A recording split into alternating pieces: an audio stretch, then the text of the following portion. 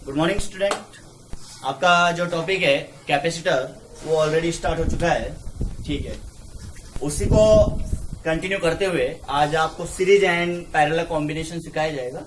तो आपका जो टॉपिक है आज का, उस टॉपिक को मैं यहाँ नोट कर रहा हूँ, कॉम्बिनेशन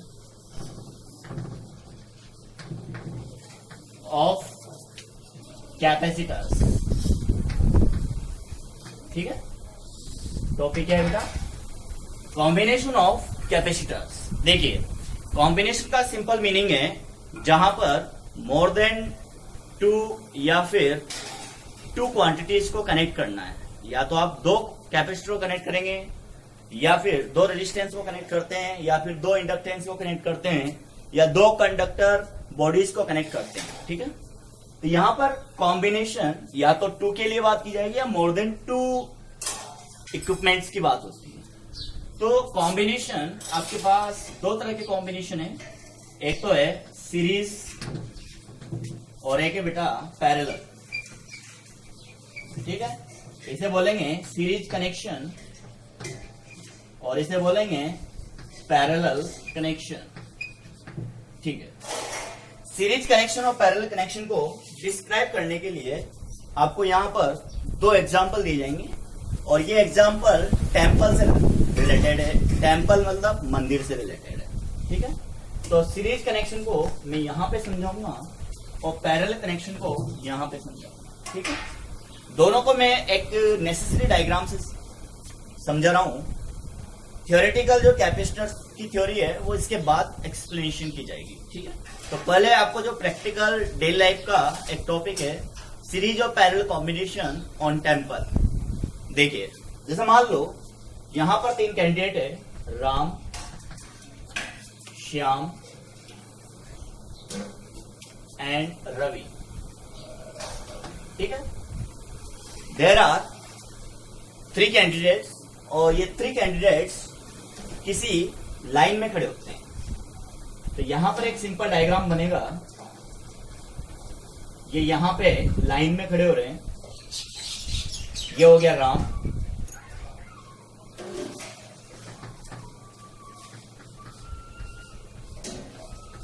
ये हो गया श्याम,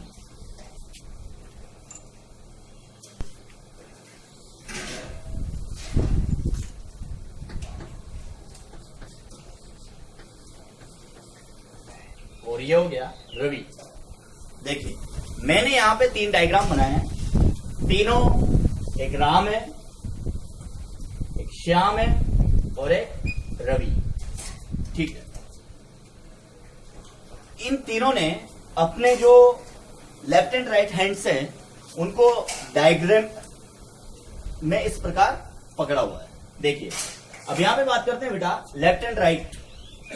तो जैसा मान लो ये राम इस तरीके से खड़ा है, तो ये हैंड राइट हैंड होगा और ये हैंड लेफ्ट हैंड होगा। इसका मतलब यहां पे कौन सा है? राइट हैंड, और यहां पे कौन सा है? Left hand. ठीक, राम का जो लेफ्ट हैंड है वो श्याम के राइट हैंड से कनेक्ट है और श्याम का जो लेफ्ट हैंड है वो रवि के राइट हैंड से कनेक्ट है। इसका मतलब सीरीज कनेक्शन को समझने के लिए सबसे बेस्ट एग्जांपल है कि यहां पर थ्री कैंडिडेट्स 1, 2 एंड 3 ऐसे कनेक्ट हो गए हैं। आपको ये सिखाया जा रहा है कि सभी एक दूसरे के हाथ पकड़कर खड़े हो रहे हैं। तो ये इसका राइट हैंड, ये इसका लेफ्ट हैंड। इसका लेफ्ट श्याम के राइट से कनेक्ट है और इसका लेफ्ट रवि के राइट से कनेक्ट है और रवि का लेफ्ट इधर है। ठीक, तो ये कौन सा कनेक्शन हुआ? That is series arrangement. ये कौन सा अरेंजमेंट है? Series arrangement. जैसा मान लो आप कहीं पे मंदिर गए और वहां पे प्रसाद वितरण हो रहा है। प्रसाद को लेते वक्त आपको लाइन में ऐसे खड़ा किया गया है। ठीक है, तो ये एक तरह से सीरीज कनेक्शन है। किससे रिलेटेड है? कैपेसिटर। अब ये कॉम्बिनेशन ऑफ कैपेसिटर यहाँ पे पढ़ाया जा रहा है, तो ये टॉपिक केवल कैपेसिटर के बारे में समझाया गया है। अगर यहाँ पे कॉम्बिनेशन ऑफ रेजिस्टेंस होता तब भी मैं आपको चैप्टर नंबर 3 में यही डायग्राम फिर से बना के समझाऊंगा। अब कैपेसिटर जैसे मान लो 1, 2, 3. देयर आर 3 कैपेसिटर और 3 कैपेसिटर यहाँ पे क्या डिनोट कर रहे हैं? C1, C2, C3. First capacitor की सेकंड कैपेसिटर की फर्स्ट प्लेट से connected. Second plate of capacitor C2 is connected now first plate of capacitor C3. तो बेटा ये कनेक्शन कौन सा होगा? Series connection. तो ये तो आपने 1 2 3 के हिसाब से कैंडिडेट्स को खड़ा किया है. तो ये सीरीज कनेक्शन का बेस्ट मेथड है समझाने का. ठीक है, इस मेथड से आप रेजिस्टेंस, कैपेसिटर्स और इंडक्टेंस तीनों को समझ सकते हो अच्छी तरह.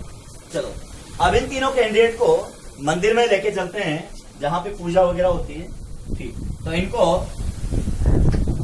सीक्वेंस में खड़ा करेंगे. ठीक, और इसी के आगे दूसरा कैंडिडेट खड़ा होगा.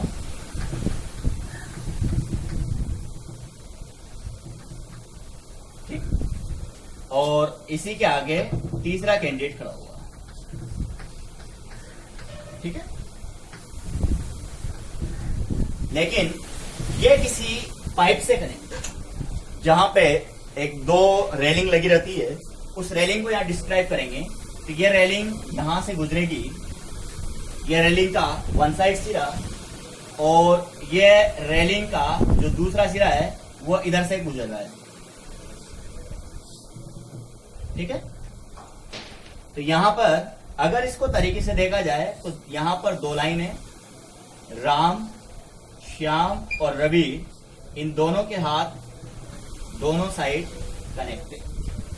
इस डायग्राम को ऐसे समझने की कोशिश करेंगे कि यहां पर एक पाइप लगा हुआ है. उस पाइप में आगे रवि खड़ा हुआ है, पीछे श्याम खड़ा हुआ है, पीछे राम खड़ा हुआ है और तीनों के जो हैंड्स है वो ऐसे हैं. तो देखिए तीनों के राइट हैंड इस पाइप पर कनेक्टेड है और तीनों के लेफ्ट हैंड इस पाइप पर कनेक्टेड है. इसका मतलब ये कौन सा कनेक्शन हुआ? Parallel arrangement. जहां पे आप तिलक वगैरह के लिए जाते हैं मंदिर में तो ऐसी लाइन आपको कनेक्ट होगी. और मैं इसको कैपेसिटर के लिए अलाउ करता हूं तो कैपेसिटर ऐसे कनेक्ट होगा. ठीक है, this capacitor connected in this format.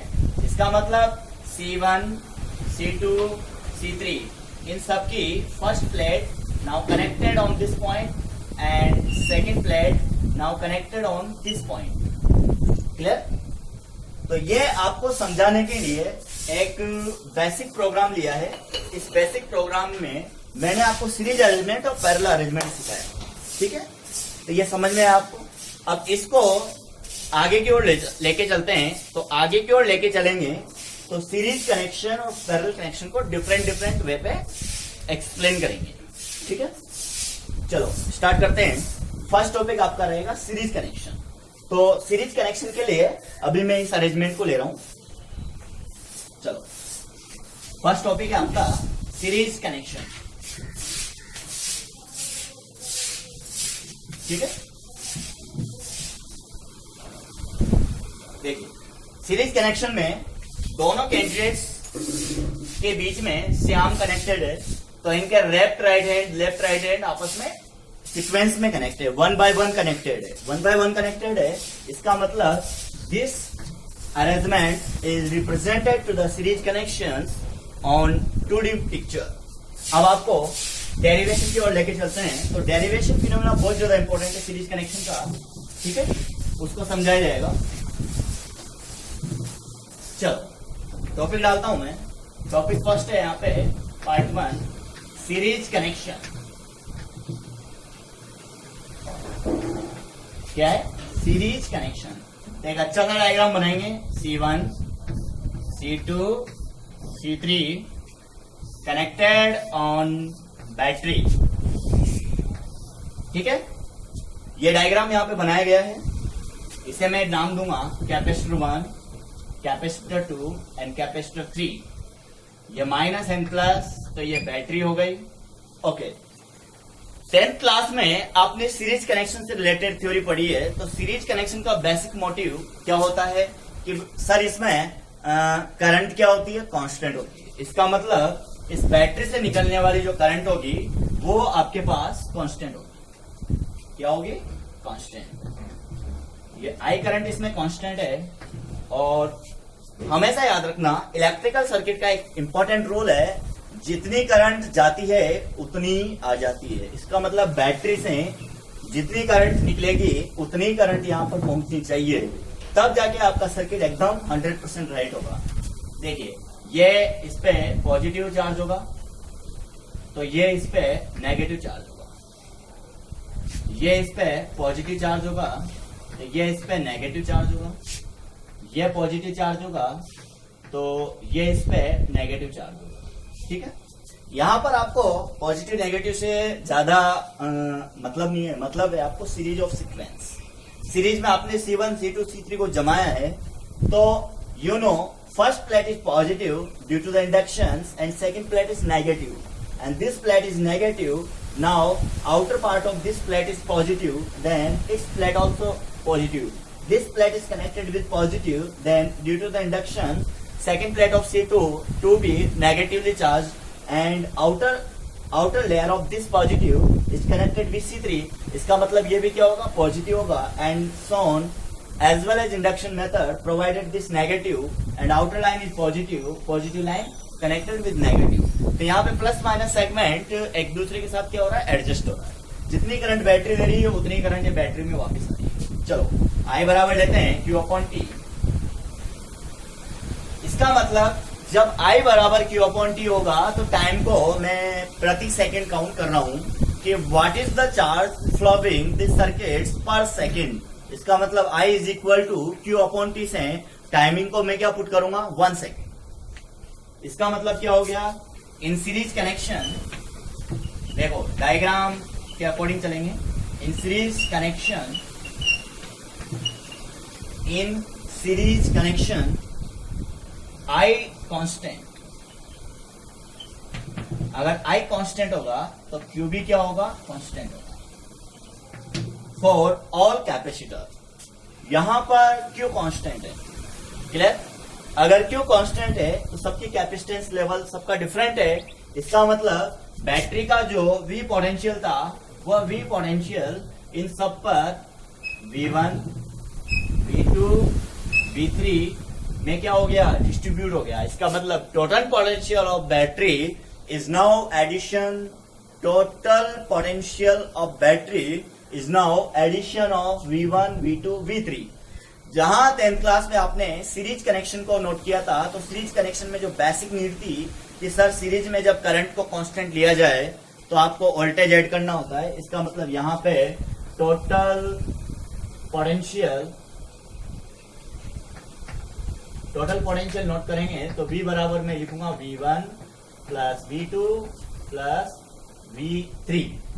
क्या ऐड करना है आपको? पोटेंशियल ऐड करना है। देखिए फर्स्ट पार्ट, यहां इस पे Q1 चार्ज है तो Q1 चार्ज है तो इसका फॉर्मूला होगा C1V1। यहां इस पे Q2 चार्ज है तो ये होगा C2V2। यहां इस पे थर्ड चार्ज है तो C3V3। अपने को V1, V2, V3 पुट करना है, बट देयरफॉर Q1 बराबर Q2 बराबर Q3 बराबर Q। इसका मतलब V1 हो गया Q/C1, इसका मतलब V2 हो गया Q/C2, इसका मतलब V3 हो गया Q/C3। Now potential level will be determined by the help of charge value, the ratio of charge with capacitance। तो V1 की वैल्यू Q/C1 हो गया, V2 की वैल्यू Q/C2 हो गया, V3 की वैल्यू Q/C3 हो गया and total potential is V। तो V की वैल्यू क्या हो जाएगी? Q/C। तो इसको पुट कर देंगे। इसको पुट करने पर आपको प्राप्त होगा put V is equal to Q/C। Now that is Q/C is equal to Q/C1 plus Q/C2 plus Q/C3। आपको पता है इन अबव इक्वेशन Q से Q कैंसिल आउट हो जाएगा तो रिमेनिंग पार्ट आपके पास जो बचेगा वो बचेगा Q/C is equal to Q common, that is 1/C1, 1/C2, 1/C3। Q से Q कट गया. What is the output? 1 upon C is equal to 1 upon C1, 1 upon C2, 1 upon C3. Now total equivalent capacitance is addition in form of reciprocal. तो additive part तो लिया है, लेकिन आपने additive part किसका लिया है? 1 upon C1, तो that is the C1 reciprocals. 1 upon C2, that is the reciprocal of C2. 1 upon C3, that is the reciprocal of C3. Now this addition format available in the reciprocal form.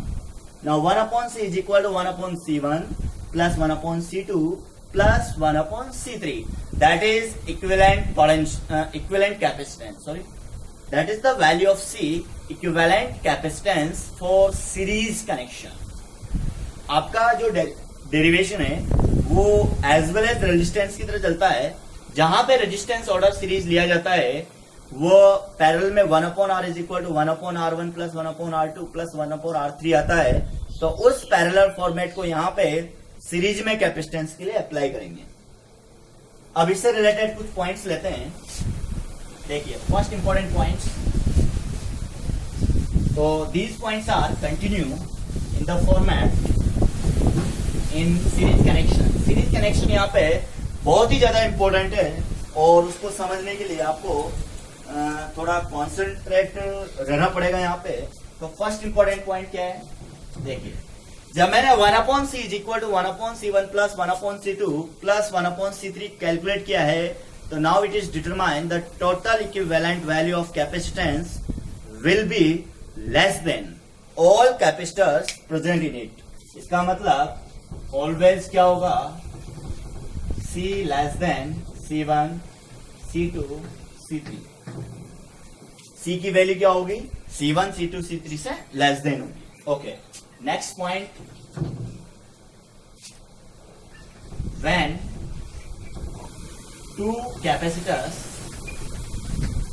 now two capacitors present in series.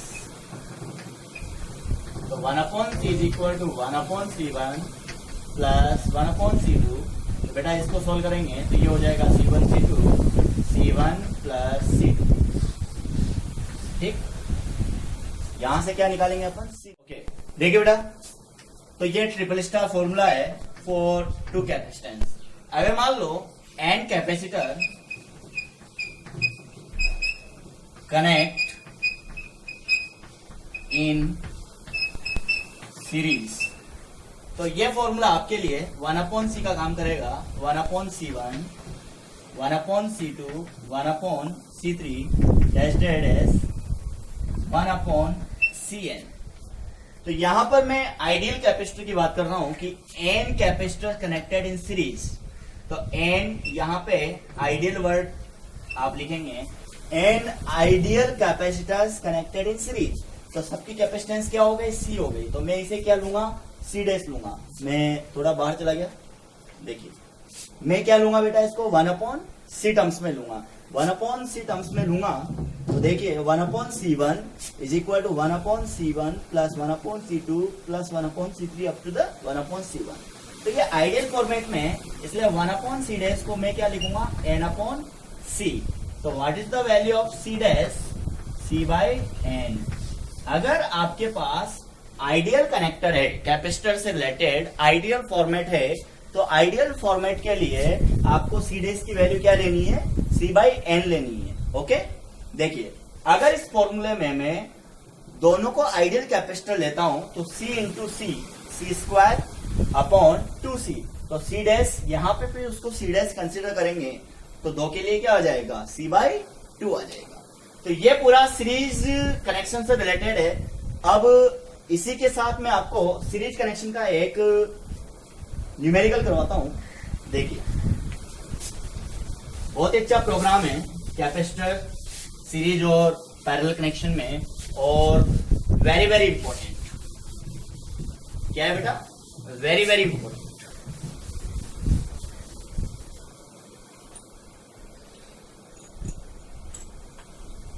देखिए, most important point है, next point important है, उसको लेते हैं हम। ठीक, question number first, find out to the equivalent capacitance of the given diagram या फिर ऑफ द गिवन नेटवर्क। आपको इक्विवेलेंट कैपेसिटेंस कैलकुलेट करना है, तो सीरीज कनेक्शन में डायग्राम आपको दिया गया है। चलो पहले 2 के लिए लेते हैं, फिर 3 के लिए लेंगे। ए और बी, इसकी वैल्यू है 10 माइक्रोफेरड और इसकी वैल्यू भी है 10 माइक्रोफेरड। तो ये आपके पास हो जाएगा 1 is equal to 1/C1 1/C2। Clear?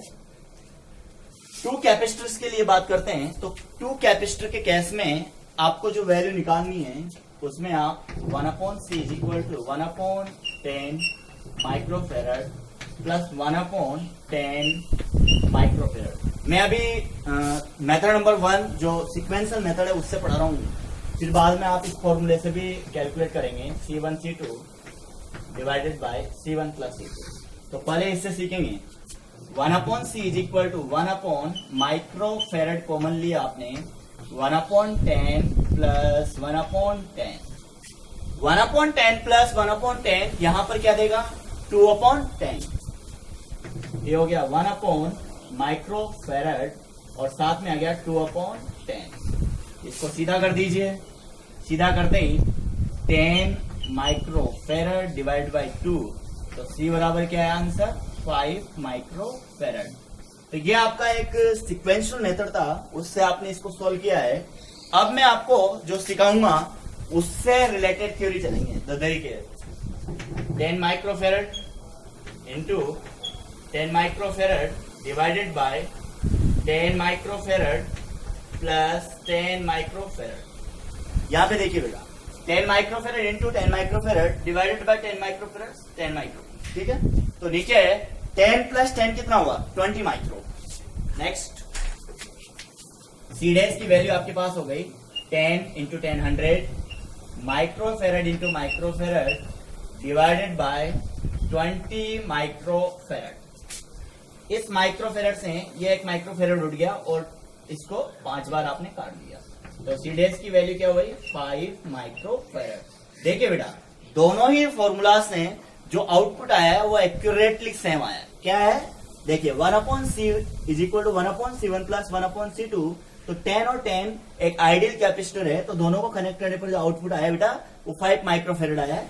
और अगर इस फॉर्मेट को इस फॉर्मेट में कन्वर्ट करेंगे तो C डैश की value C1 C2 divide by C1 plus C2 solve करने पर भी 5 माइक्रोफेरड ही आया है। क्लियर? तो आपको पता है आइडियल कैपेसिटर के केस में आपको C/N ही लगाना है। यहाँ पे 10 माइक्रोफेरड के 2 कैपेसिटर है, तो now we solve C divided by 2। तो 10 माइक्रोफेरड डिवाइड बाय 2 क्या देगा आपको 5 माइक्रोफेरड देगा। ठीक है, नेक्स्ट क्वेश्चन में आपको सिखा रहा हूं, find out to the equivalent capacitance of the given network.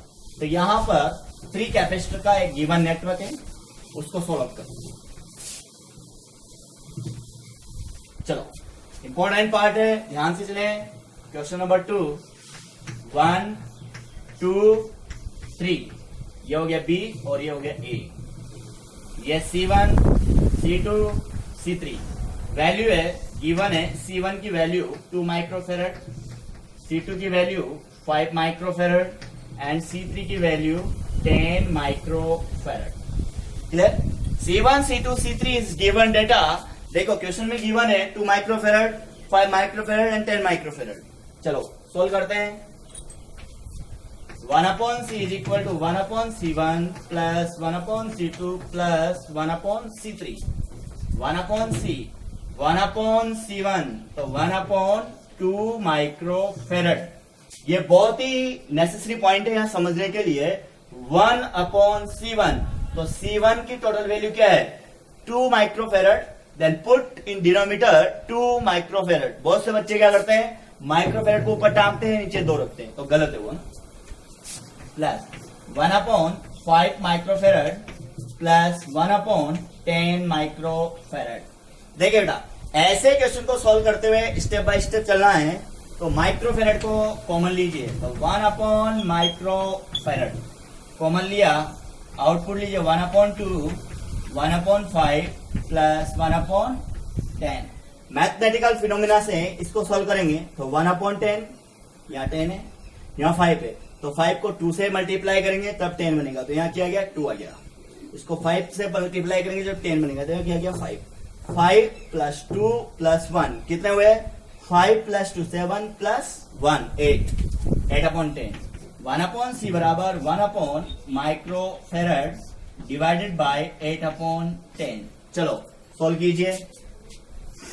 c बराबर 10/8 माइक्रोफेरेड, इसको काट दीजिए 5/4 माइक्रोफेरेड, और 5 माइक्रोफेरेड आपको देगा 1.25 माइक्रोफेरेड।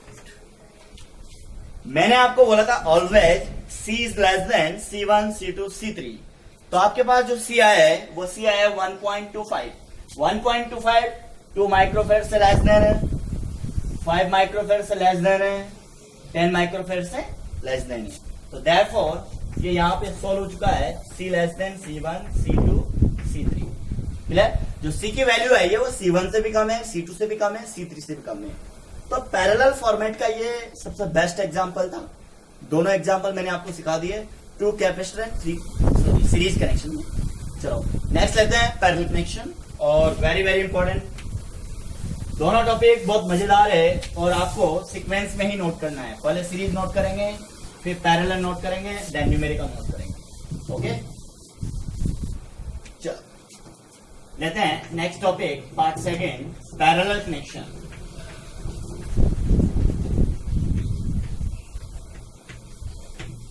ठीक है, पैरेलल कनेक्शन के लिए अब आपको क्या लेने जाना है? प्रसाद लेने जाना है। तो प्रसाद लेने के लिए आप सब लाइन में खड़े हो जाएंगे, 1 2 3 XYZ जो भी है। ठीक है, सबके राइट हैंड एक पाइप पे रहेंगे, सबके लेफ्ट हैंड एक पाइप पे रहेंगे। तो ये आपको डिटरमाइन करना है। ओके, चलो स्टार्ट करते हैं डायग्राम के साथ। देखिए बेटा, C1, C2, C3 सबसे बेस्ट सिनेरियो है एग्जाम्पल का। ठीक है, इसको समझने के लिए आपने इसे C1 दिया, इसे C2 दिया, इसे C3 दिया, और it is connected with battery. किससे कनेक्टेड? बैटरी से। माइनस प्लस हो गया B, करंट यहां पे जाएगी। Current will be divided in this branch as I1, as I2, as I3। Now अगर ये करंट डिवाइड हो गई तो ये जो प्रोवाइड करेगा वो इस पे चार्ज जो देगा वो Q1, Q2, Q3 में डिवाइड होगा। ओके, स्टार्ट करते हैं। यहाँ पे जो चार्ज आएगा बेटा वो Q1 आएगा, यहाँ पे जो चार्ज आएगा वो Q2 आएगा, यहाँ पे जो चार्ज आएगा वो Q3 आएगा। इसका मतलब अगर मैं I की वैल्यू Q/T से पर सेकेंड कैलकुलेट करता हूँ चार्ज, तो यहाँ पे जो चार्ज आया Q, यहाँ पर जो फ्लो हो रहा है वो Q charge number of 3 terms में क्या हो चुका है? डिस्ट्रीब्यूट हो चुका है, Q1 plus Q2 plus Q3। इसका मतलब फर्स्ट इक्वेशन आपके पास क्या आएगी? The total charge Q1 plus Q2 plus Q3, equation number first. Okay, जब भी कोई भी इक्विपमेंट्स पैरेलली कनेक्ट होता है तो वो इक्वल पोटेंशियल को डिनोट करता है। जैसे कि अपने हो डोमेस्टिक इलेक्ट्रिक सर्किट की बात करते हैं, domestic electric circuit completely 220 voltage पे वर्किंग मोड पे रहता है। इसका मतलब उसे आप अच्छी तरह समझिए, domestic electric circuit parallel connection रहता है। तो यहाँ पर इसके ऊपर जो चार्ज रहेगा बेटा वो V1 रहेगा, इसके ऊपर V2 रहेगा, इसके ऊपर V3 रहेगा। तो बैटरी का टोटल पोटेंशियल जो V है वो सब पे क्या आ गया? कॉमन आ गया। तो ये हो गया फ्रॉम पैरेलल कनेक्शन, या लिखेंगे from parallel connection total charge Q is equal to Q1 plus Q2 plus Q3। अब इसको पुट कर देंगे तो ये हो जाएगा CV, ये हो जाएगा C1 V1, ये हो जाएगा C2 V2, और ये हो जाएगा C3 V3। क्लियर? आपको अच्छी तरह पता है equivalent potential condition parallel connection में क्या होती है? इक्वल होती है। तो लिखेंगे for parallel connection potential level on each capacitor will be equal। इसका मतलब हो गया V1 बराबर V2 बराबर V3 बराबर V। Now CV is equal to C1V, C2V, C3V। यहां से V कैंसिल आउट हो जाएगा, बचेगा आपके पास C बराबर C1, C2 एंड C3। देखिए बेटा, हमेशा याद रखें जो बेसिक फिनोमिना रेजिस्टेंस में लागू होता था सीरीज में, R बराबर R1 plus R2 plus R3, वह यहां पे पैरेलल में लागू होगा, C बराबर C1 plus C2 plus C3। तो ये बहुत ही बेसिक सिनेरियो है, ठीक है। अब इसमें आपको इंपॉर्टेंट पॉइंट डिस्कस करना है। तो फर्स्ट ऑफ ऑल, ऑलवेज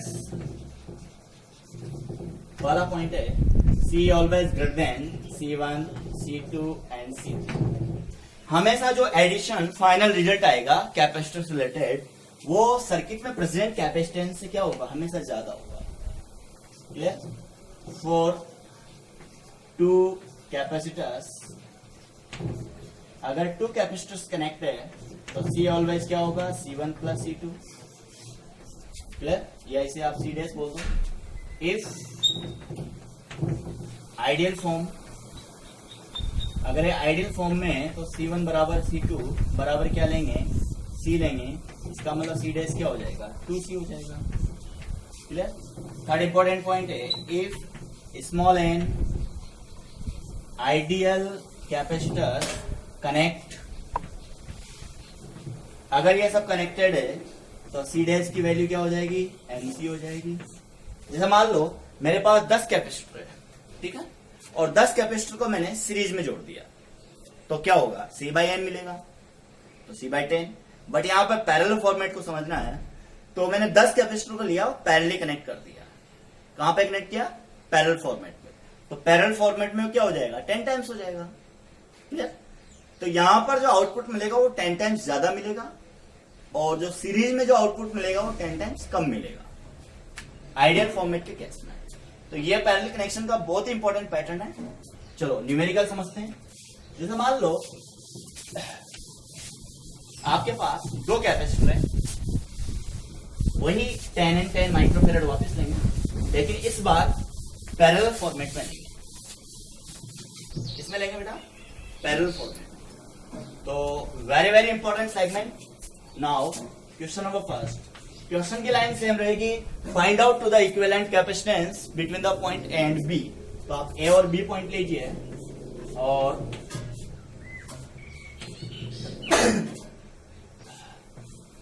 ये बी पॉइंट हो गया और ये पॉइंट हो गया, इसे बोलते हैं C1 और C2। इसकी वैल्यू 10 माइक्रोफेरेड है, और जो C2 है उसकी वैल्यू भी 10 माइक्रोफेरेड। नाउ CA भी आपको काउंट करना है, ठीक। तो इसे बोलते हैं इक्विवेलेंट कैपेसिटेंस C बराबर C1 प्लस C2। C बराबर 10 माइक्रोफेरेड प्लस 10 माइक्रोफेरेड। 10 प्लस 10 क्या हो गया, 20 माइक्रोफेरेड। तो मैंने आपको पहले बताया कि आइडियल अगर कैपेसिटर लिया जा रहा है तो आइडियल कैपेसिटर के केस में क्या हो जाएगा, डबल हो जाएगा। तो यहाँ पे 10 माइक्रोफेरेड के 2 है, इसलिए 10 इंटू 2 20। देखिए इसी के पैरेलल एक क्वेश्चन लेते हैं, जैसे मैंने आपको थोड़ी देर पहले सीरीज में सिखाया था।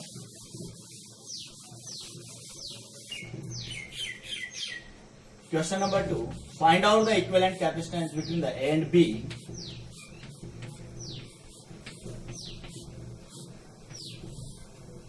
ठीक, इसे बोलेंगे C1, इसे बोलेंगे C2, इसे बोलेंगे C3, और ये पॉइंट हो गया A and B। Okay, start करते हैं। आपको गिवन है C1 की वैल्यू 10 माइक्रोफेरेड, C2 की वैल्यू 5 माइक्रोफेरेड एंड C3 की value 2 microfarad. Now equivalent capacitance C dash is equal to C1 C2 C3। C1 की वैल्यू होगी 10 माइक्रोफेरेड, C2 की वैल्यू होगी 5 microfarad and plus 2 microfarad. What is the value of C dash? 17 microfarad. तो आपको अच्छी तरह पता है जो इक्विवेलेंट कैपेसिटेंस है, इक्विवेलेंट कैपेसिटेंस का जो आउटपुट मिलेगा वो आउटपुट मिलेगा अपना more than 3 capacitors connected in the circuit. तो देखिए जो 17 माइक्रोफेरेड आया वो 10 माइक्रोफेरेड से ज्यादा है, 5 माइक्रोफेरेड से ज्यादा है और 2 माइक्रोफेरेड से ज्यादा है। आपको यहाँ पे इक्विवेलेंट कैपेसिटेंस निकालना था तो आपने सिंपल एडिशन किया है। तो माइक्रोफेरेड माइक्रोफेरेड माइक्रोफेरेड बाहर चले गए, 10 5 2 17 हो गया। चलो अब मैं लास्ट जो क्वेश्चन ले रहा हूं उस लास्ट क्वेश्चन में आपको सिखाया जाएगा कि सीरीज और पैरेलल दोनों कैसे सॉल्व करने हैं एक साथ।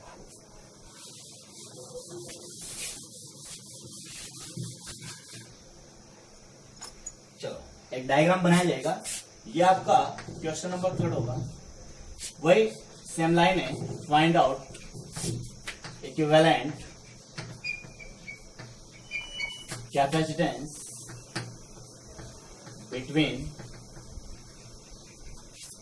A and B। डायग्राम समझ गए आप? ठीक है।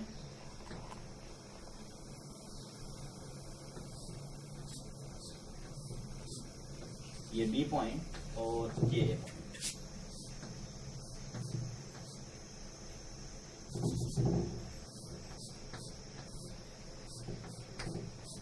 ठीक है, ये डायग्राम है आपके पास। डायग्राम को ध्यान से देखने के लिए अब ये पूरा डायग्राम है। तो ये तीनों कैपेसिटर हो गया आपके पास, C1 C2 C3 और ये हो गया आपका C4। क्लियर?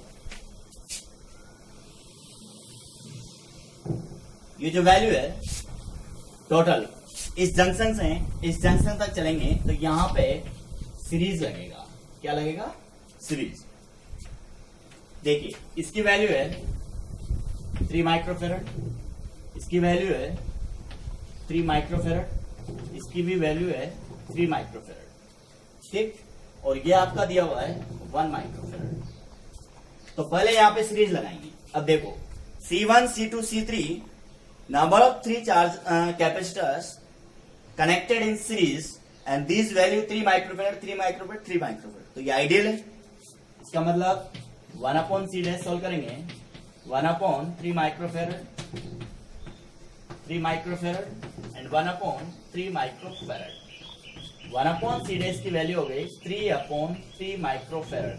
तो इससे 3 कट गया तो C डैश की वैल्यू क्या हो गई? 1 माइक्रोफेरेड। अब जब आप इसको नेक्स्ट कंटिन्यू करेंगे तो आपका ये पूरा डायग्राम किसमें एलिमिनेट हो जाएगा? कंप्लीटली 1 माइक्रोफेरेड में। तो ये डायग्राम जो नेक्स्ट पार्ट आपका बनेगा वो नेक्स्ट पार्ट केवल इतना सा बनेगा कि आप इसको पूरा रिमूव करेंगे।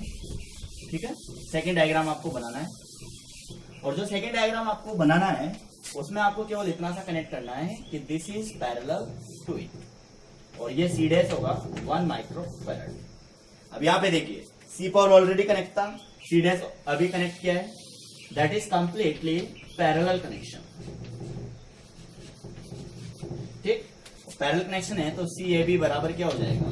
C dash plus C4। CAB की वैल्यू हो गई 1 microfarad plus 1 microfarad, now CAB 2 microfarad. So what is your final result on this numerical? 2 microfarad. Thank you.